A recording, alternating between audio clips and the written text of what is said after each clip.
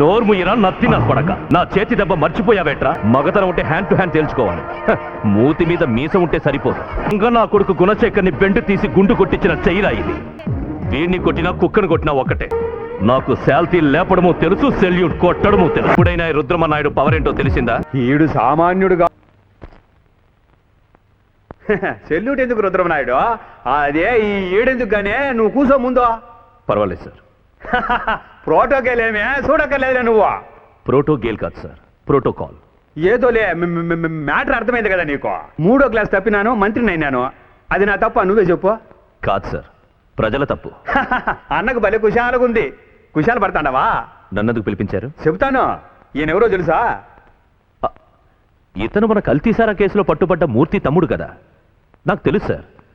జరిగిందాన్ని నా దగ్గర మభ్యపెట్టాలని చూశాడు కదూ? అవును, ఆ రోజు కమిషనర్ గారితో ఒక చిన్న అబద్ధం చెప్పాను. పోలీసులు అబద్ధాలు చెప్పే వాళ్ళను బాగా తన్నాలా కదా కమిషనరు? పోతే నిన్నొక కేసు గురించి ఇడికి పిలిపించినాను. వీళ్ళన్న మూర్తి ఎఫ్ఐఆర్ తొందరలో కోర్టుకు పంపిస్తాండావంట నువ్వు. అతను శిక్ష నుంచి తప్పించుకోలేని విధంగా అన్ని సాక్ష్యాధారాలతో ఎఫ్ఐఆర్ తయారు చేశాను సార్. ఇక భగవంతుడు తలుచుకున్నా కూడా మూర్తిని శిక్ష నుంచి తప్పించడం వీలు కాదు. వీలు కావాలా? అందుకే నిన్నిప్పుడు పిలిపించింది. నువ్వు నేను పోచయ్య మన ముగ్గురం ఒకే గ్రూపుగా ఉంటే రాష్ట్రంలో మనకి ఇంక తిరిగే లేదు కదా. ఇప్పుడు అర్థమైంది అనుకుంటాను. నీకు తెలీదు, దుడ్డు సంపాదించడం ఓ కల స్వామే. ఆ డబ్బు ఎప్పుడు ఏ మార్గాల్లో ఎలా వెళ్తే వస్తుందో చెప్పేదానికే నిన్ను పిలిపించినాను. నన్నేం చేయమంటారు సార్? శిక్ష విధించేది కోర్టు కదా. జడ్జీలకు రుద్రమనాయుడు రాసిన ఎఫ్ఐఆర్ మీద ఓ నమ్మకం ఉంటుంది. అది నాకు తెలుసు. చూడు, నేను చెప్పేది ఏంటంటే ఎఫ్ఐఆర్లో మూర్తిని కాపాడగలిగే పాయింట్లు రాయాలా. రుద్రమనాయుడు, మూర్తికి శిక్ష పడితే కల్తీసారా ఆగిపోతుంది అనుకోకో. ఒంగోలు, చెరుకుపల్లి, పార్వతీపురం, సూర్యాపేట, ఆత్మకూరు ఇలా ఎన్ని ఊళ్ళల్లో ఎంతమంది చావలేదో. 10 మందిని చంపిన మూర్తికి శిక్ష పడితే 100 మందిని చంపడానికి ఇంకో మూర్తి తయారవుతాడో. తయారు కాకపోతే మీలాంటి వాళ్ళు తయారు చేస్తారు. మరి చేయకపోతే ఎట్టయ్యా? జనసేవ. అసలు శిక్షించాల్సింది మూర్తి లాంటి వాళ్ళని కాదు సార్, వాళ్ళని సృష్టిస్తున్న మీలాంటి వాళ్ళని. వాళ్ళ దగ్గర కోట్లు కోట్లు లంచాలు తీసుకుని వాళ్ళకు అండగా ఉండి ప్రజల జీవితాలతో ఆడుకుంటూ దర్జాగా కాలు మీద కాలేసుకుని ఊపుకుంటూ కూర్చుంటారు. ఏమీ తెలియని అమాయకులైన ప్రజలు మీకు ఓట్లు వేస్తూ ఉంటారు. అన్నీ తెలిసి ప్రభుత్వాధికారులు మీకు సెల్యూట్ చేస్తూ ఉంటారు. అలాంటి మహోజ్వల ప్రజాస్వామ్య దేశంలోని పౌరుడే సార్ ఈ రుద్రమనాయుడు. మూర్తి ఎఫ్ఐఆర్లో తప్పకుండా నేను మార్పులు చేస్తాను. బట్ ఇతనితో నేను కాస్త మాట్లాడాలి. మాట్లాడు, మరేం పర్లేదు. రుద్రమనాయుడు చూసుకో. మీ అన్నయ్యని ఈ కేసు నుంచి తప్పించడానికి మంత్రివర్యులు గుణశేఖర్కి పర్సనల్గా పార్టీ ఫండ్కి సెపరేట్గా ఎంత ఇస్తానని నువ్వు అతనికి మాటిచ్చావు? 1 కోటి రూపాయలు. మీకు 10 లక్షలు ఇవ్వాలని వాళ్ళు నాకు చెప్పారు. మూర్తన్నయ్య దగ్గర డబ్బు తీసుకుని వైన్ షాప్స్లో ఏ ప్రాబ్లం వచ్చినా మేం చూసుకుంటా ఉన్నారు సార్ ఈ ఇద్దరు మంత్రులు.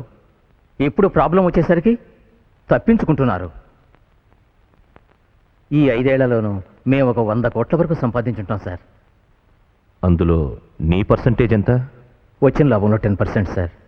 ఈ కల్తీసారా కేసులోంచి అన్నయ్యను మీరే ఏదో విధంగా కాపాడాలి. కాపాడతాను. అయితే నువ్వు పని చెయ్యాలి. ఏం చేయాలో చెప్పండి సార్. ఇక నువ్వు చిల్లి గవ్వ కూడా ఎక్సైజ్ మినిస్టర్ గుణశేఖర్ గాని అతని దిక్కుమాలిన పార్టీకి గాని ఇవ్వకూడదు సార్. నువ్వు ఆ పని చేయనని నాకు ప్రామిస్ చెయ్యాలి. చూడు, అవతలి వాళ్ళ కడుపు మంటతో సంపాదించే డబ్బు ఎక్కువ కాలం నిలవదు. పోతే మీ కల్తీసారా తాగి చనిపోయింది ఓ 10 మంది అమాయకులైన కార్మికులు. వాళ్ళ కుటుంబాలకి ఒక్కొక్కరికి 5 లక్షలు ఇవ్వాలి. చూపు పోగొట్టుకున్న 8 మందికి ఒక్కొక్కరికి 3 లక్షలు ఇవ్వాలి. సరేనా సార్? ఇవ్వనంటే చెప్పు, నాకు చాలా పనులు ఉన్నాయి. ఇస్తాను సార్. రేపే ఇవ్వాలి. నా మనిషి నీ దగ్గరకు వస్తాడు. నువ్వు నాకిస్తానన్న 10 లక్షల రూపాయలు అతని చేతికివ్వు.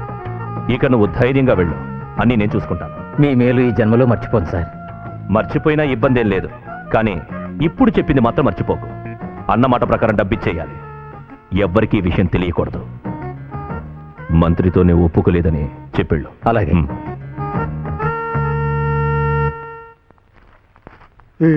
ఇంగ్లీష్ పేపరా? ఏమైందే? గాడిద గుడ్డైంది. ఆ రాక్షసుడికి ఎంత చెప్పినా లాభం లేదు. చెవిటోడు ముందు శంకుదినట్టే. అరే రే, నేను చెప్తానుండయ్యా. ఇక నువ్వేం చెప్పక్కర్లేదు. మా సావు మేము చస్తాంలే. అరే రే, ఆగు. నువ్వేమన్నావయ్యా మా ఓణ్యా? నీకు ఎక్కువ కావాలంటే నన్ను అడగచ్చు కదా. నాకు కోటి రూపాయలు పోయినాయి. ఇలా 1 కోటి 2 కోట్లు లంచంగా తీసుకోవడం తప్పు మంత్రి గారు. ట్యూబుల్లో దొంగసార అమ్ముకున్న నీకు సైకిల్ మీద తిరుగుతూ సొంటి కాఫీ అమ్ముకున్న పోచయ్యకి ఇంత ఆశ పనికిరాదు. రుద్రమనాయుడు, మేకపోతును బలి చేస్తే జాతర అయిపోతున్నాను అనుకోకో. పోచేయితో పెట్టుకున్నట్టు నాతో పెట్టుకున్నావంటే ఆ టోపీ పెట్టుకోవడానికి తలే లేకుండా నరికేస్తా. నోర్ముయ్యరా నత్తి నా కొడక. నా చేతి దెబ్బ మర్చిపోయావేట్రా? నీ టైం బాగుండి మినిస్టర్ అయ్యా. 15 ఏళ్ల ముందు 10 సైకిళ్లు దొంగిలించినందుకు దొంగ నా కొడుకు గుణశేఖర్ని బెండు తీసి గుండు కొట్టించిన చైరా ఇది. ఇప్పుడు నువ్వు నీ కులం పేరు అడ్డు పెట్టుకుని ప్రజల కళ్ళు గప్పి మంత్రి అయ్యావు. అయినా ఈ రుద్రమనాయుడితో ఆడుకోవాలని చూడకు. నాకు శాల్తీ లేపడమూ తెలుసు, సెల్యూట్ కొట్టడమూ తెలుసు.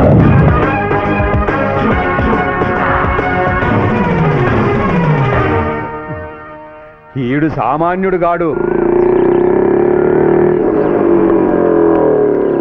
ఏమే పార్వతి, మన అమ్మాయి అల్లుడు గారు వచ్చారు. వాళ్ళిద్దరికీ ముందు హారతిచ్చి దిష్టి తీసి లోపలికి తీసుకెళ్లి మర్యాదలు చేయవే.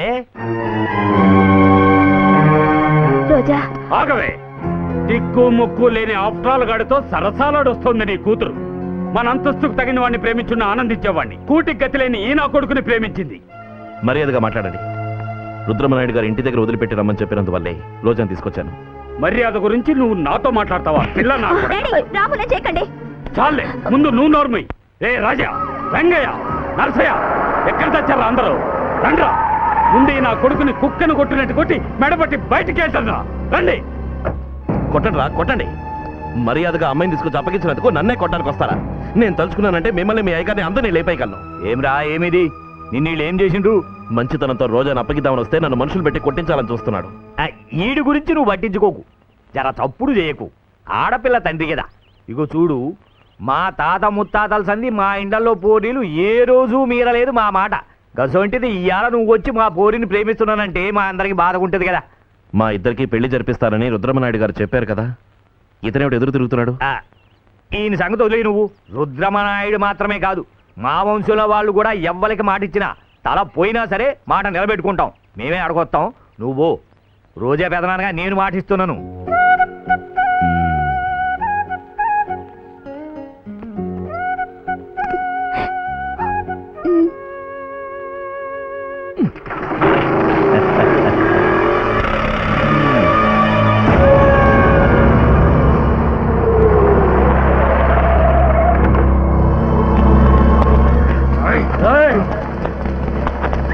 గూడెంలో ఉన్న వాళ్ళందరినీ చిత్తకొట్టండి.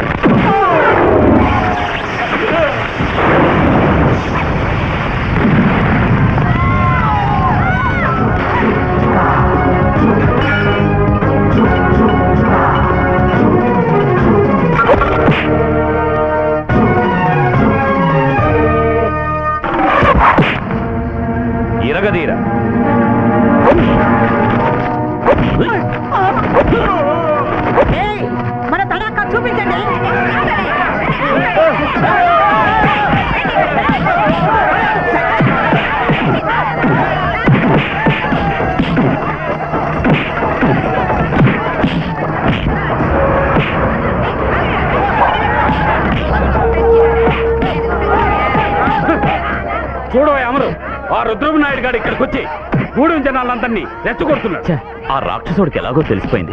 ఇప్పుడు మాట్లాడే ప్రయోజనం లేదు. మీరు వెంటనే ఇక్కడి నుంచి బయలుదేరండి.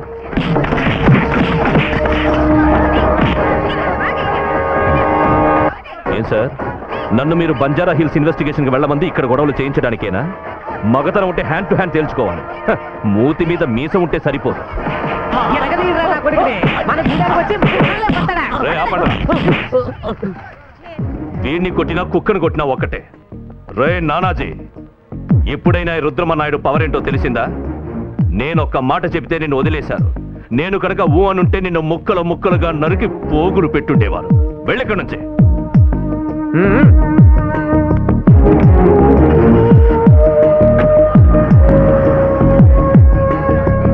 Chin chin chin